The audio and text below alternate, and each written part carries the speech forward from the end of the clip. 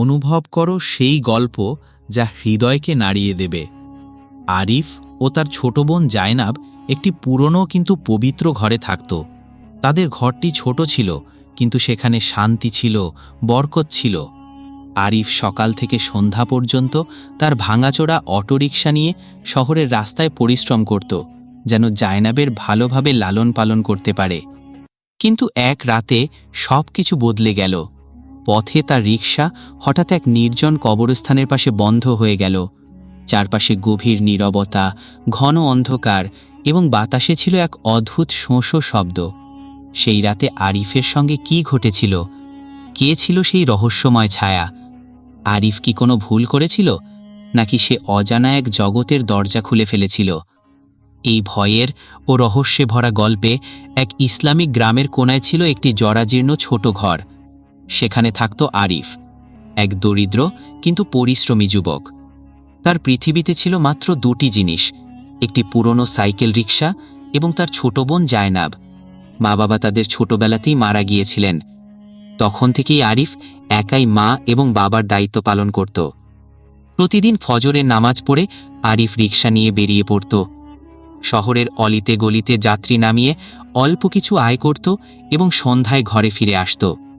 জায়নাব স্কুলে যেত না, কিন্তু সে ঘরের সব দায়িত্বে পারদর্শী হয়ে উঠেছিল। খাবার রান্না, ঘর পরিষ্কার করা, আরিফের জন্য অপেক্ষা করা, এটাই ছিল তার জীবন। কিন্তু এক রাত সব কিছু বদলে দিল। দিনটি ছিল রমজানের ২৭তম তারিখ। রাতে পিপাসায় ঘুম ভেঙে যায় জায়নাবের। পানি খেতে সে আঙিনায় গিয়ে দেখে আরিফ ঘরে নেই। প্রথমে ভেবেছিল সে হয়তো বাইরে কোথাও পানি আনতে গেছে, কিন্তু আধ ঘন্টা পার হয়ে গেল সে না ফেরায় জায়নাব উদ্বিগ্ন হয়ে পড়ে। হঠাৎ সে আঙিনা থেকে কিছু শব্দ শুনতে পেল। সে লুকিয়ে দেখল আরিফের শরীর অদ্ভুতভাবে নড়াচড়া করছে। তার চোখ লাল হয়ে গেছে, মুখে এক হিংস্র হাসি। তার কণ্ঠস্বর মানুষের মতো ছিল না, সে এক অজানা ভাষায় কিছু বলছিল। তার নখ লম্বা হয়ে গিয়েছিল, চুল বাতাসে উড়ছিল, যেন অন্য কোনো জগতের এক অশরীরী শক্তি তাকে অধিকার করে ফেলেছে।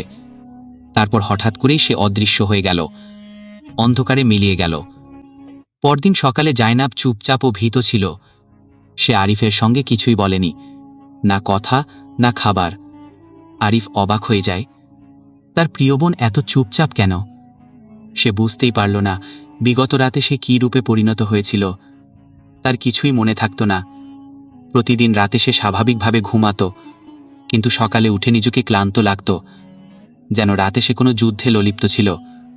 জায়নাব প্রতিটি রাত জেগে থাকত এবং প্রতিবার আরিফকে নতুন এক ভয়ঙ্কর রূপে দেখত, কিন্তু সাহস করত না কাউকে কিছু বলার।